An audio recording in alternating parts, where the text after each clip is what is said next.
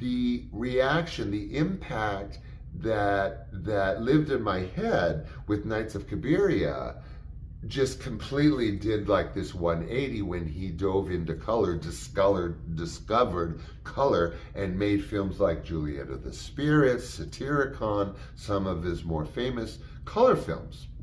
Juliet of the Spirits, go see that.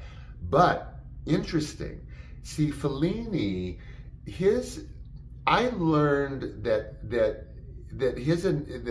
the analysis that you put into his early stories was now a language of observation.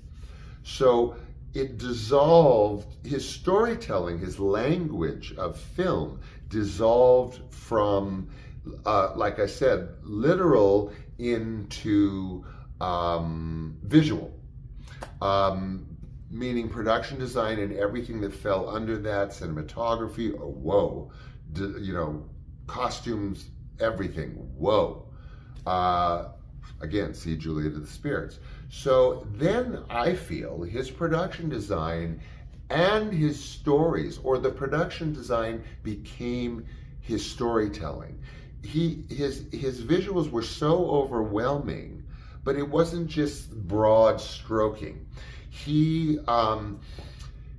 Oh God, it was a visceral reaction that you had to his films that was absolutely hypnotic. I mean, just by virtue of watching what he was doing with his film visually, you got the story, believe it or not. And ironically, the story, I don't want to say was so unimportant to him towards the end, but he actually had his actors talking gibberish or talking two different languages to each other. And then, as you see his films, they're heavily dubbed.